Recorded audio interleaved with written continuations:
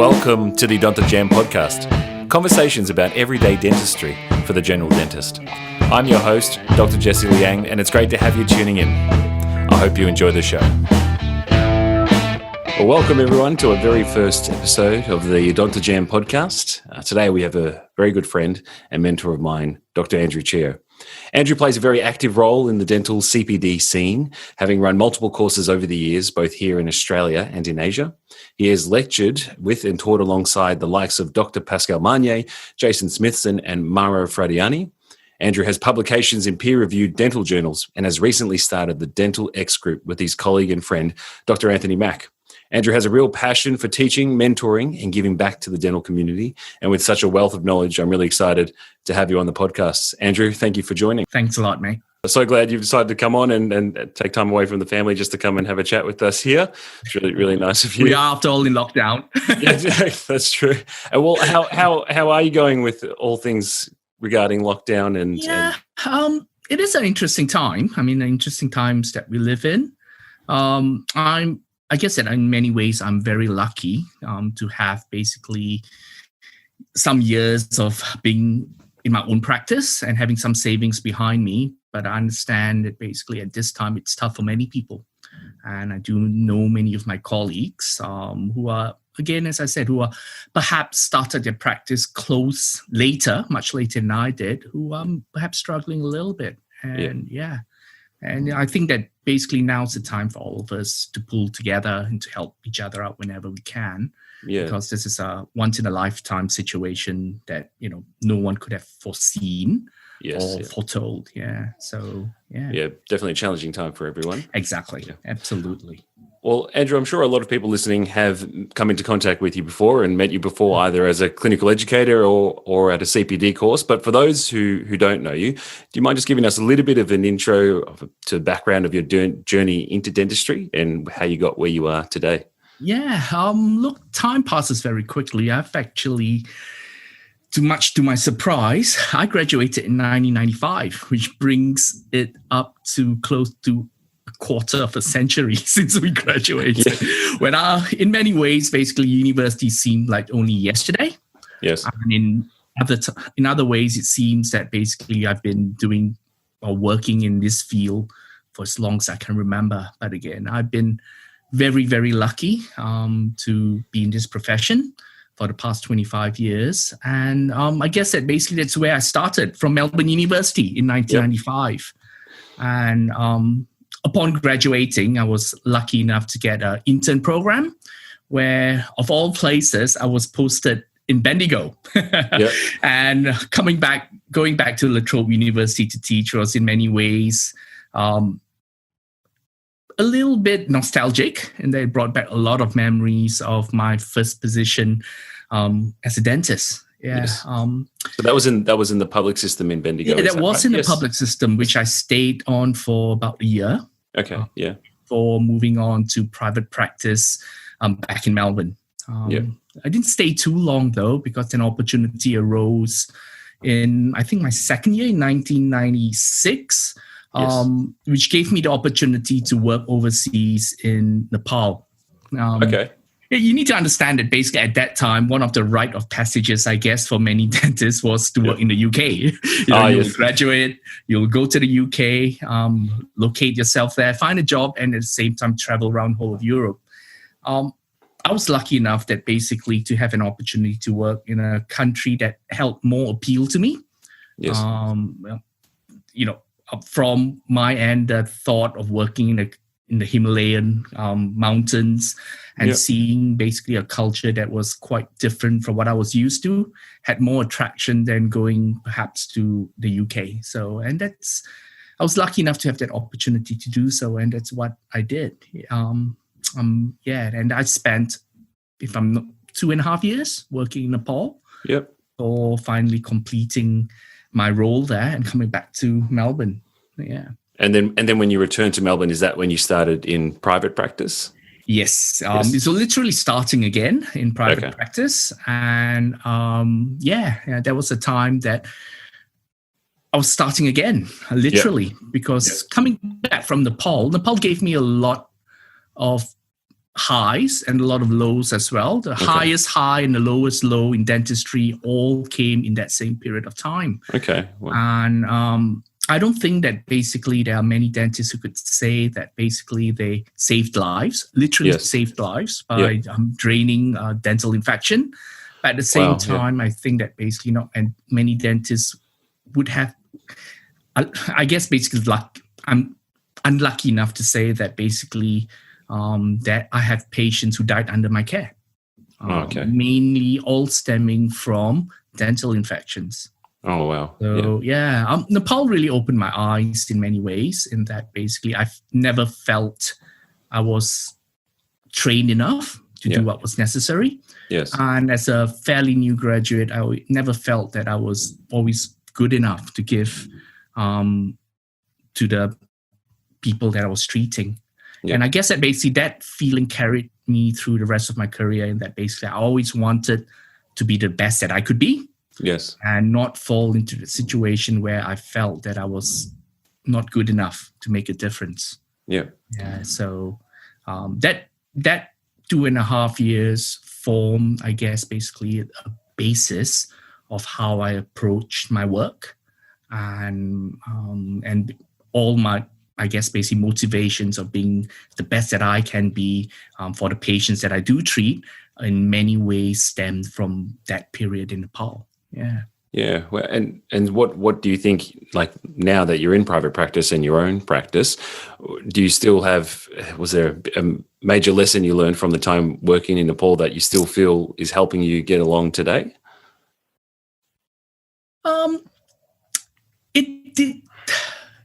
It really taught me to persevere, mainly because I was doing a lot of procedures that probably you'll never see in a private practice in Melbourne. Okay. I was treating infections that would literally kill the person if you didn't intervene, and not having the skills in order to strategically place the drainage and the drains. I was taught a technique that disfigured the patient by making a big cut literally under the neck. Oh, wow. And that drained the infection, but at the same time scarred the patient almost for life. Yeah. And that was all I could do. But it was a matter of basically saving a life, or basically not this, I guess disfiguring a person is a strong word. Yeah, but the patients that we saved, they were always very grateful. Yeah, of course. So I can always remember my first case that I did in Nepal. Yeah. And was the first case when I walked into the surgery, say, "You are wanted in the OR." And I say, "Yeah, what for?" And I say, "Oh, someone's broken their jaw." They say, "Yeah, where's the oral surgeon?" And everyone looked around and said, "You're it, mate." Oh, wow. That's And my first case of fixing a jaw, I did with a textbook open in front of me. Oh, there you go. And I still managed in many ways to disfigure the patient, because what we were doing then was we were doing intermaxillary fixation with wires. Right, okay. And no one told me you had to pre-stretch the wires, otherwise those wires will stretch in the mouth. So I remember nearly wanting to go home when I saw the patient 3 months later for a review, and you could see that there's a definitive step in his jaw. And that's the reason for that is because the wire stretched. Yes, yeah. But again, the patient was so grateful. Said, "Yeah, before I saw you," the patient told me, "my jaw would rattle up and down. Yeah, but now it doesn't anymore. It doesn't matter. It's out of whack. It's out of joint. I mean, it looked completely awkward. But that was basically another thing that I did see, that they were always very grateful. Yeah." Yeah. And again, as you said, what did I bring back? I guess that basically the main thing was that my motivation of never wanting to be seen lacking in anything that I did was one of the main learning points, I guess, from working in a country like that. Yeah. Yeah. Wow. Yeah, that's an experience I'm not sure many dentists have been through, but it sounds amazing nonetheless, but no doubt incredibly challenging as well. Yeah, it was. Yeah. Well, I mean, fast forward to now, you're in your own private practice. You've had this wealth of experience all around the world. What kind of dentistry doing day to day? What's the dentistry you really love to do? What's your bread and butter? My bread and butter still pertains to restorative dentistry based on your natural dentition, the broken down dentition, or even implant-based restorations. I'm lucky enough to have a patient base that has that sort of work. And over the years, I've developed, I guess, a very keen interest in addressing those cases. I spend a lot of time and a lot of courses trying to be the best as I can be in that area. And again, it's opened up a lot of opportunities also in doing so by meeting a lot of well-known speakers and people that have taken me under their wings and mentored me to be the best that I can be. So, I would say that basically, fixed prosthodontics is the area that I enjoy the most of. Yes. But I also do enjoy just a basic composite restoration, basic restorative dentistry. That still basically fills me with great enjoyment and or fulfillment when basically you see something that you've done that you're proud of. So, but one thing I definitely haven't done since Nepal is I've kind of fell out of love with oral surgery.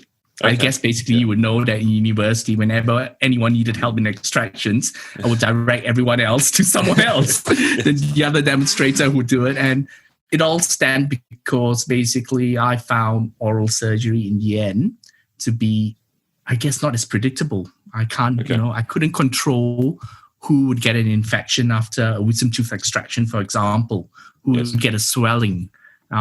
Compared to basically, I guess, fixed prosthodontics, where I do know if I follow certain principles, if I followed basically certain teachings that is known to be tried and true, it will be successful. Yes. And that's the reason why basically over the back in Melbourne, I slowly developed a very keen interest in that field. Yeah. Okay. Did you ever want to specialize at all? Was that ever on your list of things to do? Yeah, I guess it basically true. I think that everyone in their dental career at some stage would have thought about specializing. That's my opinion. There will always be an aspect of dentistry that I guess that basically will be better at compared to others, and you'll always think about maybe it's a good idea to specialize.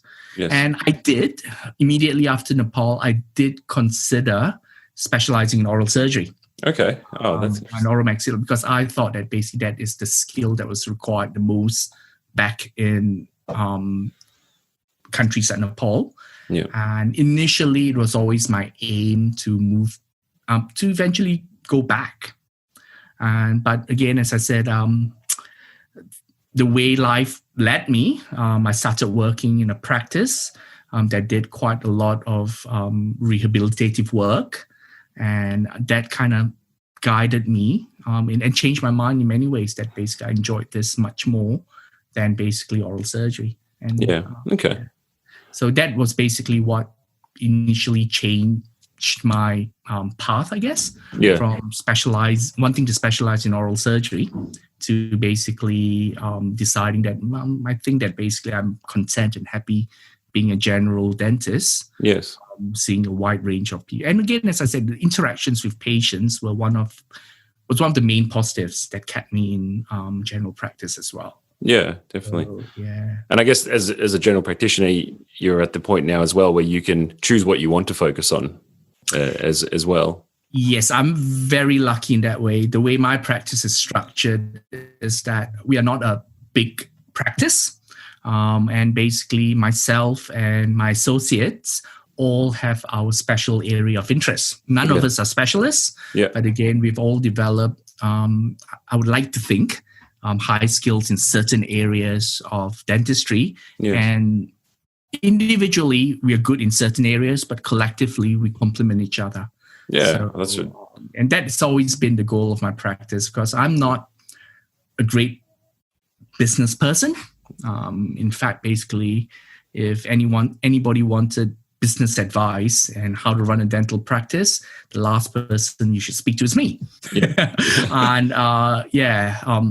But again, having my own practice in many ways allowed me to create the environment, the practicing or clinical environment that suited me. Yeah, and of course. provide an environment that allowed me to be the best I thought I could be. And without any controls of what I could use, what I couldn't use, what equipment I could purchase and what equipment I couldn't. So I would say that basically without taking the plunge into practice ownership, I might not have been the dentist I am today. Yeah. So, okay. So there's plus and minuses in that. Yeah, definitely. And look, a plus for you, as you've mentioned to me before, but also a plus for many students is that you've also gotten into teaching over the years as well. Is that something that you knew you always wanted to do, or was it an opportunity that came up? Or it's a bit of both in many ways. I mean, throughout my whole career, I've been really, really privileged to be taught and mentored by a lot of well-known speakers, just by virtue of being in the right place at the right time. Yeah. And I've learned so much from them. And again, without them being part of my practicing career or my practicing life, I'll only be half the clinician I am today. And that, in many ways, brought up, I guess, basically not an urge, but basically a want to do the same for whoever basically I could. And look, at the end of the day, all of us want the same thing. We want the best for our patients, and we want to be the best that we can be. And if I can play even a small role in someone's development, just like my mentors have to mine, that is something that I would enjoy doing, and I've always taken the pride in doing so. Yeah.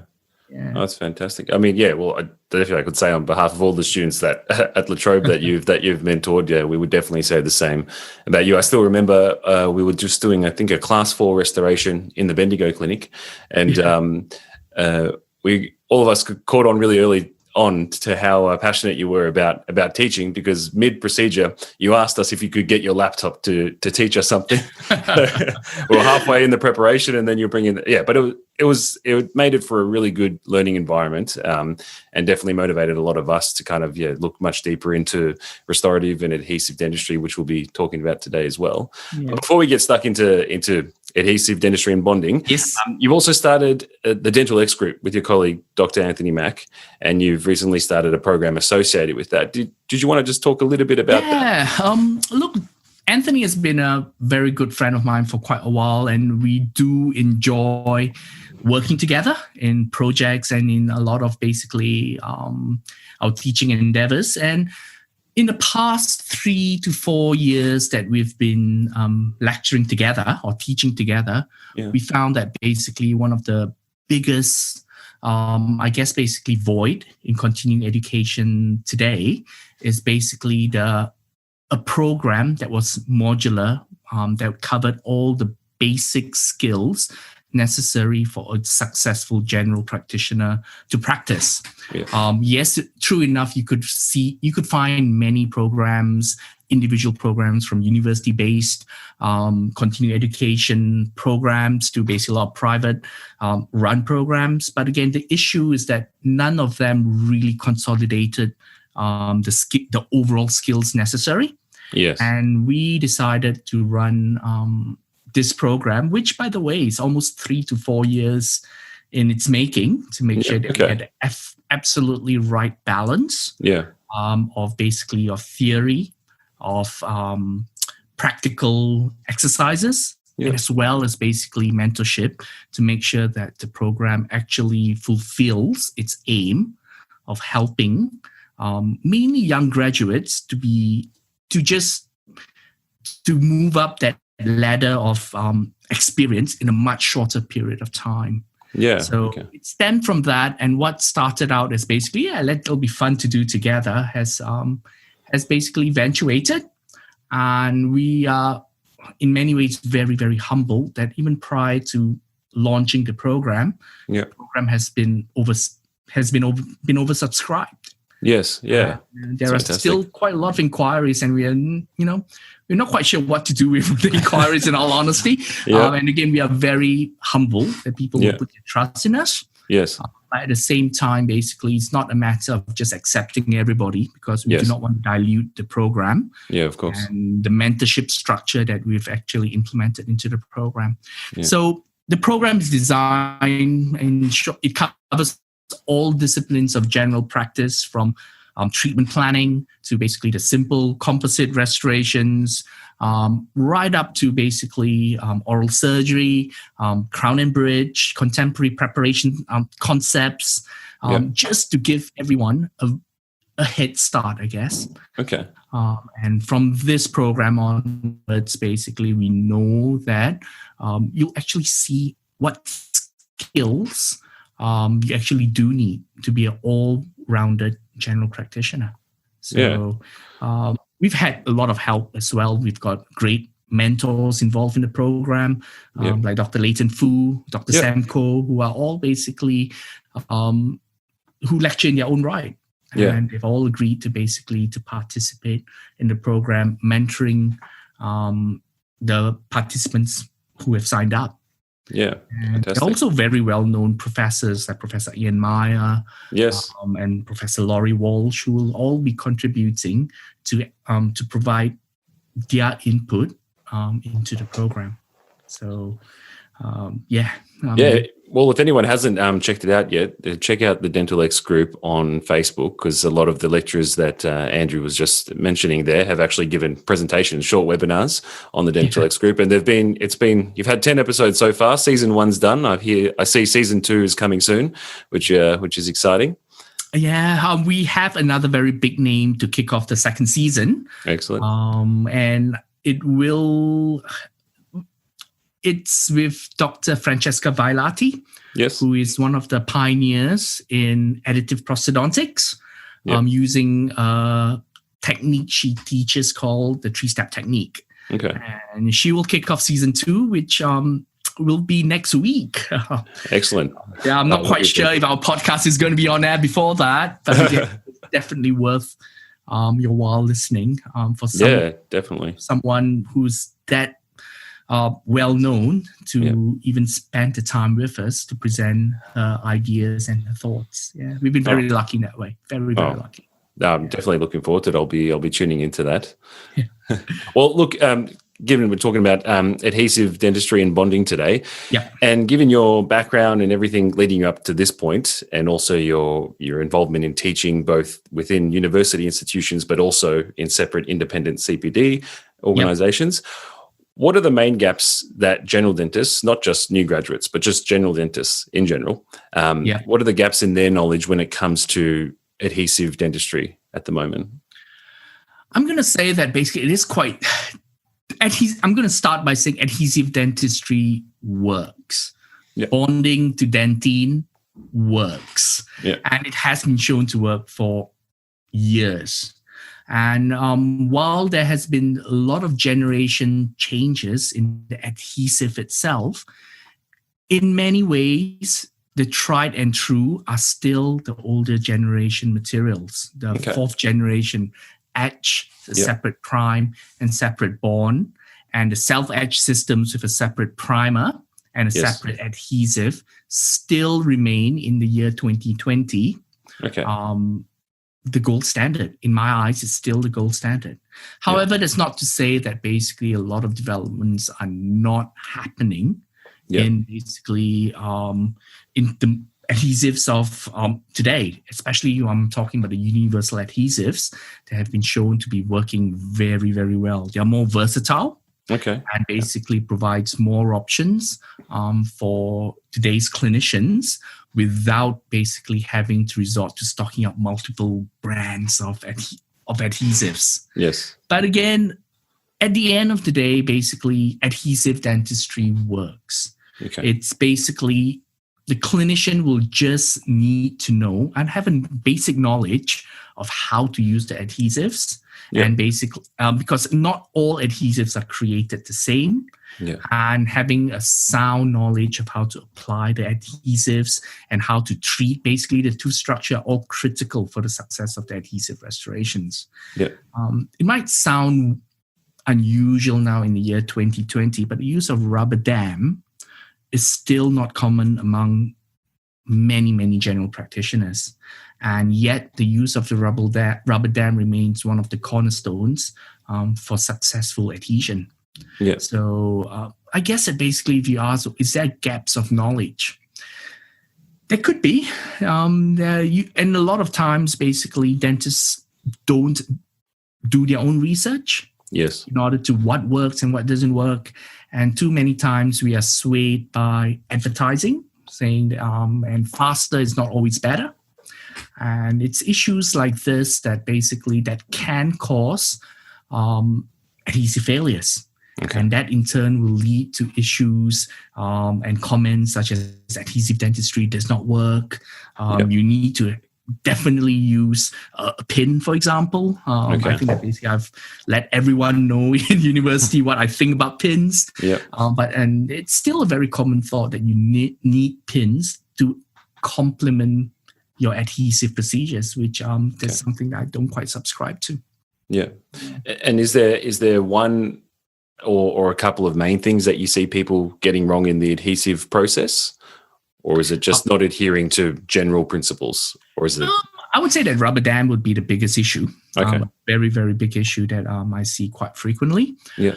And basically, with the use of universal adhesives, basically, you need to know when you're selective etching, when you're going to move on to a total etch protocol or a complete self-etch protocols.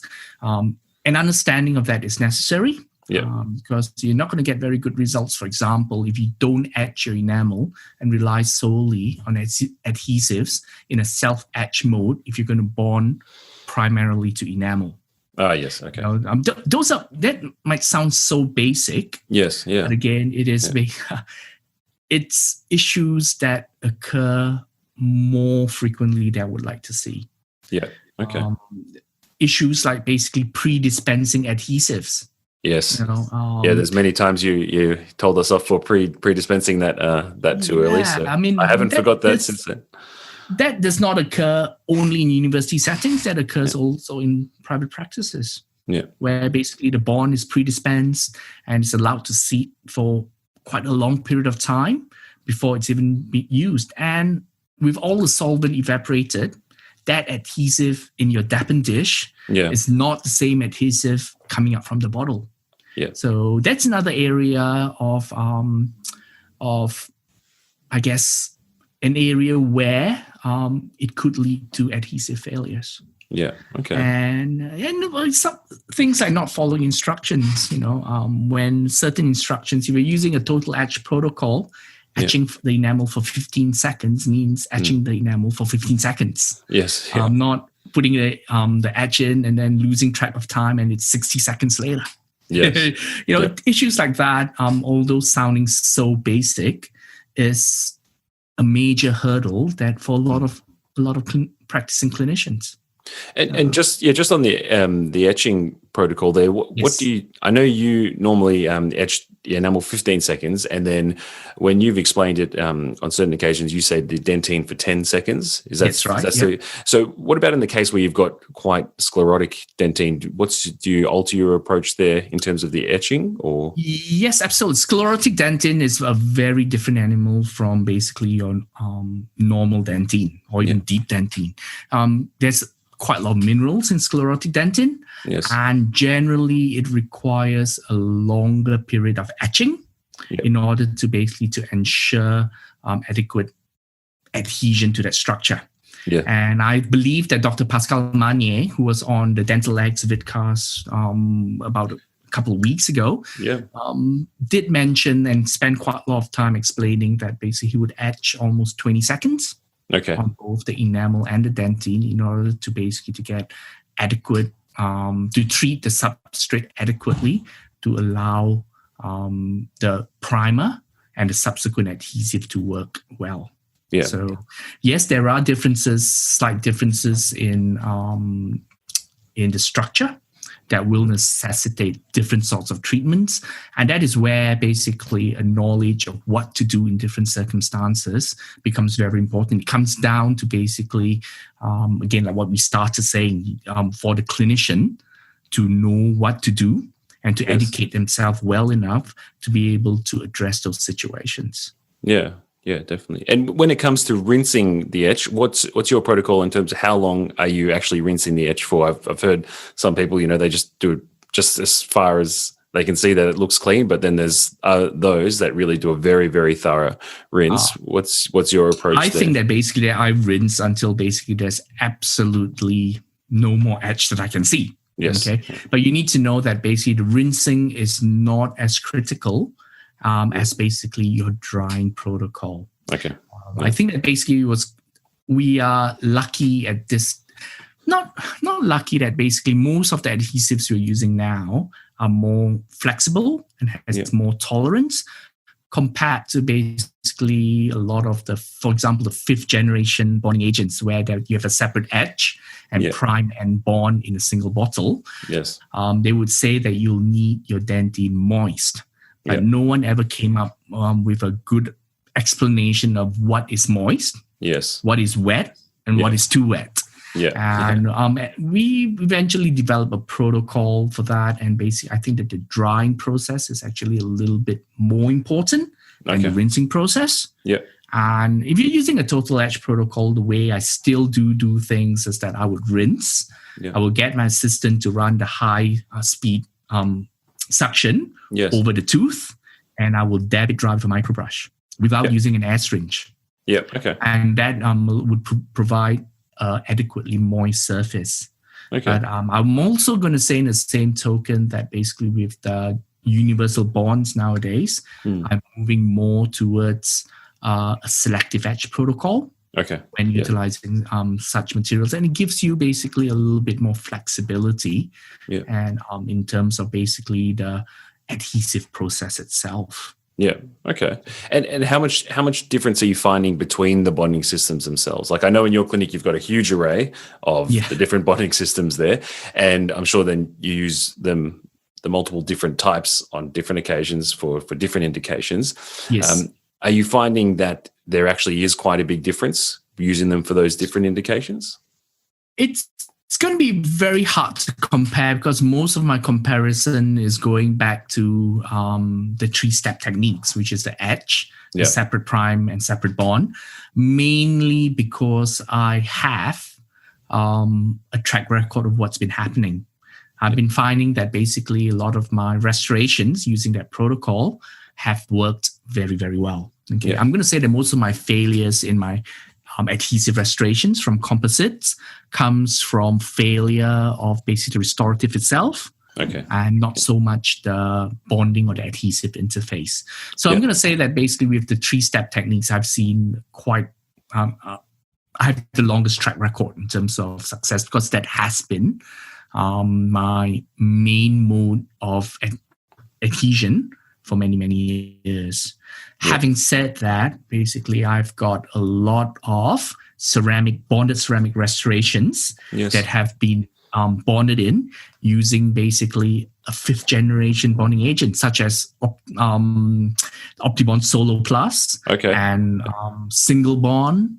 And although basically in 2020 is regarded as one of the poorest performing bonding agents, I tended to use that in my early ceramic restorations, to bond my early ceramic restorations, because I liked the idea of being able to thin the adhesive and also basically curing it prior to application of the resin cement. And I'm going to say that basically that has proved to be very successful for me as well. So the choice of my adhesive is predominantly based on the requirements of the case. Today in 2020, I would say that if the predominant structure that I'm bonding to is dentine, I'm more likely to go towards either a self-etch protocol or basically a selective etch protocol. Yeah. Okay. And that's mainly because of the studies indicating that the longevity of the dentine bond tends to be better with self-etch systems compared to total etch systems. Okay. And total etch systems also perhaps results in complications from the activations of the MMP enzymes. Yes. That has been said to compromise the bond. Okay. However, I'm going to say that although I've been total etching for almost 20 years, I have not seen it to be an issue.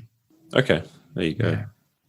And if you only had one bonding system to choose from, like if you could only have one in your clinic, because not every clinic can have multiple, what would it be for you, and what would you recommend if you could only choose one? I would definitely go for the universal bonds, and it gives you the versatility of total etching, selective etching, or even basically self-etching. You know. Although basically there are studies indicating that basically the self-etching mode may not be as effective. It just gives you the most versatility. And a lot of the early research shows that basically the universal bonds are performing very, very well. Okay. So I would say that basically if I were to choose a single adhesive for the practice, I would say that I would definitely be looking at a universal bond. I mean, there are many good bonds in that category today. There is basically the G Premium bond from GC. Yes. There is basically Clear Fill Universal Bond Quick, which has the pioneers of the NDP monomer. Yes. And there are a lot of other bonds that basically will all work very, very well. Yeah. And in situations where someone doesn't have the ideal bonding adhesive, or not one of these newer universal ones, what do you think are the key ways, besides placing rubber dam and getting good isolation, that they can make up for that lack of the quality of the bond?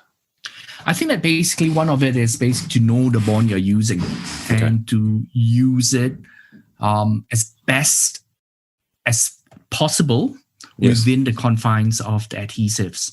There are still basically, while there is only one bond, I'll say just stay away from it, period.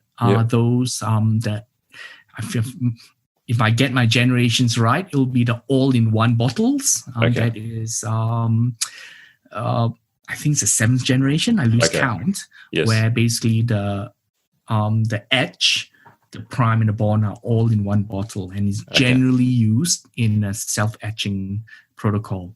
That has been shown time and time over again not to produce a bond that is durable. And but again, it still remains popular, mainly because of the speed of use. So, and to answer your question, I guess basically if you don't have access to those bonds, find out what you have and use the best protocols for that adhesive. Or try to convince whoever it is to buy the universal bond, and it gives you the exact versatility and also the results to go with it. Well, because the 7th generation ones, so the universal bond, I think they're putting them in the 8th, calling them 8th generation now, or whichever number they're using these days. I'm losing numbers, and I just call them the universal bonds. Universal bonds, because they do have the self-etching property, the prime and the bond in them. So in many ways, they're just the better version of the 7th generation. Would you say that, because they contain the active monomers like MDP? I'm not the right person to ask about chemistry. But I do know that I've seen research that shows that universal bond does not result in the water pooling issues that a lot of the 7th generation bonds tend to cause. There's been a classic article by Pashley, and he showed that basically the development of such water blisters and adhesive resin interface when using the 7th generation, if I'm not mistaken, bonds. And that resulted in rapid generation of the adhesion between the tooth and the resin material. So that you can find the results there. Yeah. And again, that is the difference between, I guess, knowing what to use and what your reps tell you and what the research tells you. Yeah. But again, I completely understand that basically we always want to go faster. We always want procedures that are more efficient and simpler, but not all procedures that are simple, not all procedures that are time efficient actually work. Okay. Yeah. Well, speaking of procedures, a common clinical scenario that we often find ourselves in during daily dentistry is the deep class 2. So the deep subgingival class 2. So when it comes to adhesive bonding with the deep class 2, what are your tricks and tips in terms of getting around that to still getting a predictable bond when you may have to split dam or when isolation seems compromised? Yeah, I'm going to say that basically I'm classically trained with the use of glass ionomer. Being a Melbourne graduate, we were always told, I remember this teaching very, very clearly, when you're doing a deep restoration, look down into your box. If your margin is in enamel, you can go resin all the way. However, if it's in dentine or cementum, whatever structure there is other than enamel, you'll always use a glass ionomer. And that was basically my technique for a good 4 or 5 years after graduating. It was not until I was seeing a lot of dissolution of the older generation glass ionomers that I completely stopped using it and moved on to basically a pure resin-based systems. And that was why basically when I was teaching in university quite frequently, I wasn't the biggest fan of glass ionomer. I would say that basically do what you can to isolate it and use the glass ionomer in an open sandwich configuration as your absolute last resort. Okay. Yeah. So I think that restoring deep restorations, as deep margin restorations with direct composite dentistry or direct adhesive dentistry is one of the hardest procedure that I do in my private practice. I think one of the reason why basically we do it quite well is because we do it so frequently. But again, that does not always have a good outcome. But again, there are many ways of basically isolating a deep margin. Okay, you can use basically what I call a double matrix protocol, and that basically if you first use a Toffelmeier with perhaps and you customize your matrix or your metal matrix so that it doesn't bind onto the contacts of the adjacent teeth, and you tighten it. It may allow you to basically to isolate the margin well enough, combining it with perhaps Teflon or wedges, and for you to lift the junction of the deep cavity into an area that is more amendable to the use of perhaps a sectional matrix or even isolation. Isolation and the use of more conventional matrix to get a good contact. Okay. So that is one area. But again, there are times where basically, especially if it's a mesial or distal of an upper 6, where the concavity is just exposed. Okay. In situations like that, it almost becomes impossible with any matrix systems in order to seal that area there. And if you do seal that area there, you'll always get that concavity in the depth of the restoration that would eventually serve as a plaque trap. Situations like that, basically, I found a bit of success restoring the case indirectly. Whether be it a cemented goal or a cemented zirconia restorations. Yes, the cost goes up very significantly and may not be accepted by everyone in general. But again, it is an option, especially if you're unable to get a very good isolation there. But I'm going to say that basically with patience and using a combination of different matrix systems and also the use, especially of Teflon now, Yeah. It does help compress that area without distorting the metal matrix too significantly. Yeah.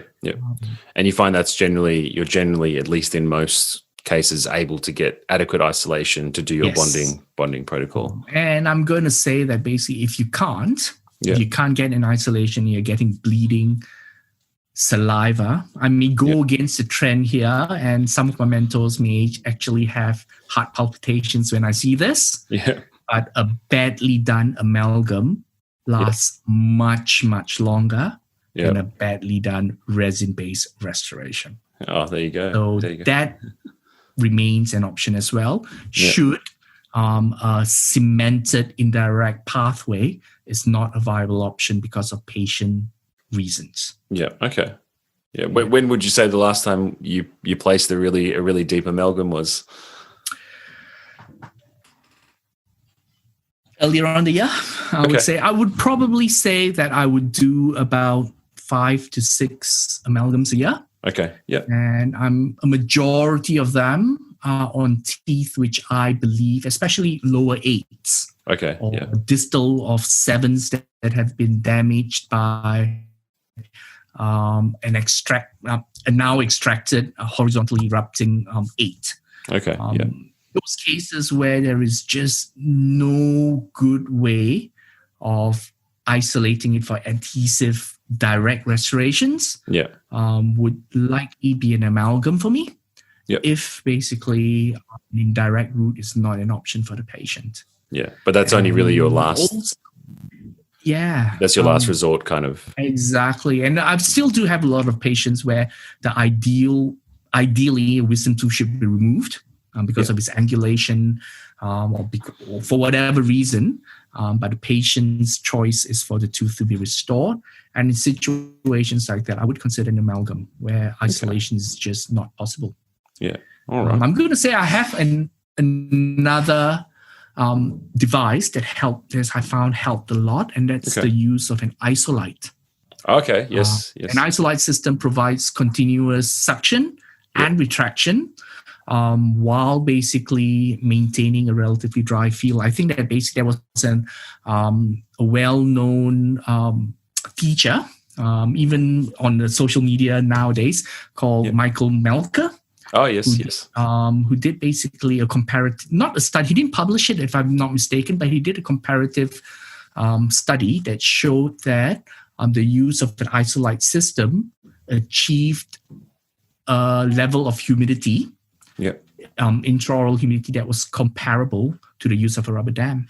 Okay. So I do employ that quite a bit, especially in situations where I'm able to isolate with a matrix system, but unable to place a rubber dam. Ah, right. Okay. Yeah, of course. And I also found that it to be quite valuable in my reconstructive cases, where basically if it's a full arch, I would generally use the isolite to bond in my most terminal tooth, a 7, for example. Yes. Get both completed, and that would then allow me to place a rubber dam once rather than using an isolite. Oh, okay. Yeah, definitely. So like a staged approach to actually getting... Yeah, staged approach. And again, as I said, the isolite provides the moisture control to allow me to bond in a single unit, usually the most terminal unit, and therefore a rubber dam would be able to be placed. Yeah, okay.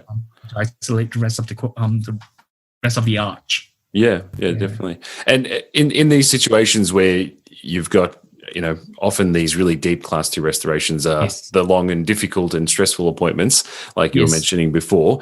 There's always the temptation, especially when it's really deep, you're running late, there's a temptation to bulk fill the cavity. How detrimental do you think that is to bulk filling such a deep restoration?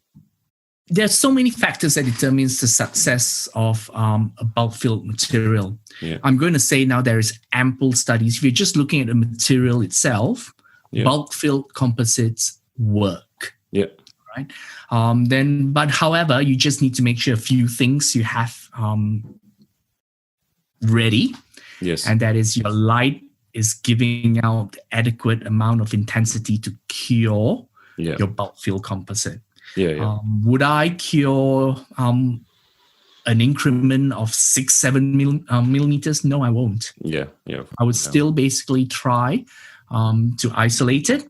Yeah. And basically, the idea of quickly bulk filling the area that is susceptible to moisture contamination makes a lot of sense. Yes. And the bulk fill material in those areas can take a form of basically, my preference is to use a flowable sort of bulk fill material. Okay.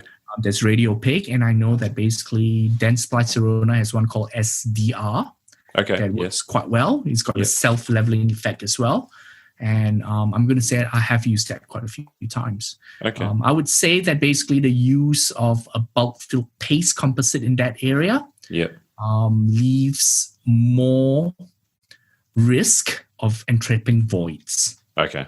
Yeah. Yes. So I would still use something flowable down there. Yeah. And when, obviously, because the cavity becomes quite deep, so when you are administering the bulk fill flowable, how do you agitate it after you've placed it to ensure that there isn't any air bubbles created from injecting it in? That is my protocol. I mean, nothing sucks more than when you've placed a layer of flowable, you cure it and you see a bubble there.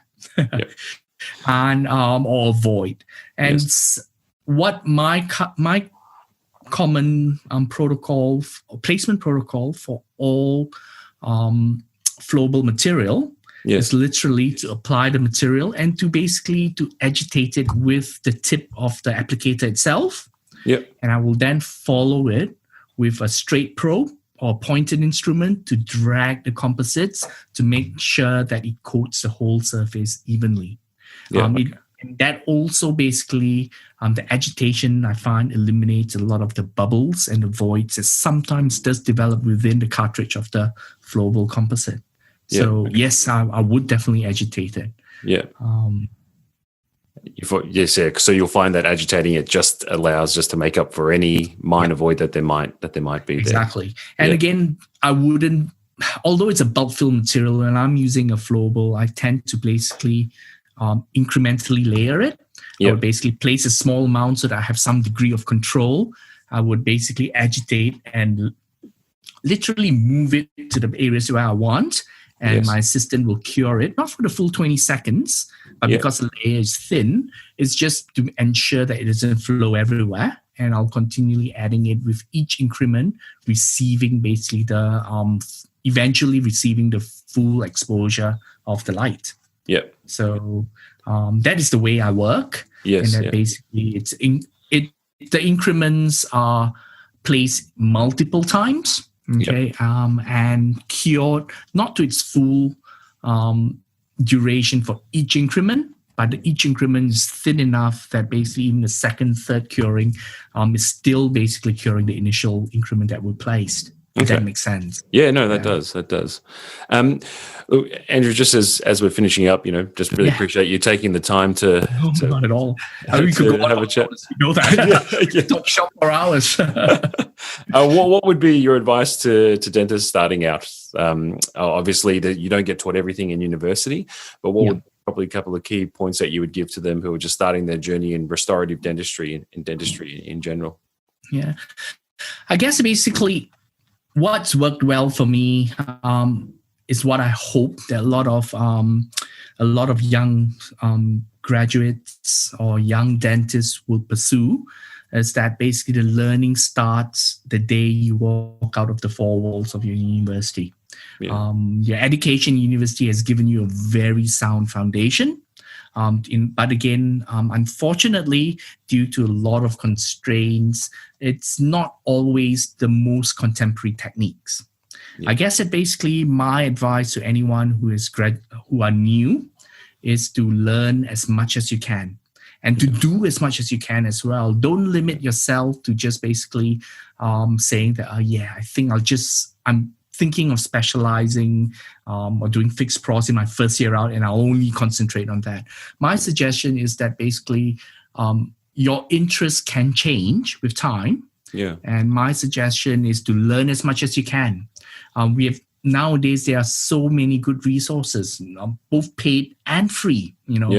It's just a matter of basically getting the right information, following the right teachings, and do as much as you can, learn as much as you can, and if whenever possible, find a mentor that you can actually bounce ideas off. And again, that for me had been the best way of learning. Because initially when you start, you'll say there's so many avenues. Even if you're just talking composite restorations, there are so many programs out there. So which is the one that should I take? Which is good and which would best suit my needs? And I guess that basically talking to more experienced dentists that you can actually look up to, who can mentor you, and for them to basically give you an indication of what worked for them. It's generally a very good indication of what programs that are good. But again, it doesn't have to be a paid program, but the whole idea of never stop learning and never stop trying to improve is basically a catchphrase that I think should hold for all new dentists. Yeah, definitely. And I think especially now, given the current pandemic and the amount of extra time we have, you're right, there are so many extra resources out there for new graduates and even older dentists to learn from at the moment. So look, Andrew, thank you so much for joining us again. And if anyone hasn't checked out the Dental X group, please do. I'm looking forward to season 2, and we get a lot of these tips and tricks, much like what Andrew has shared with us today. So Andrew, thank you for your time. Thank you for having me. Really appreciate it. Stay safe. Thanks, Andrew. Okay, you too. Take care.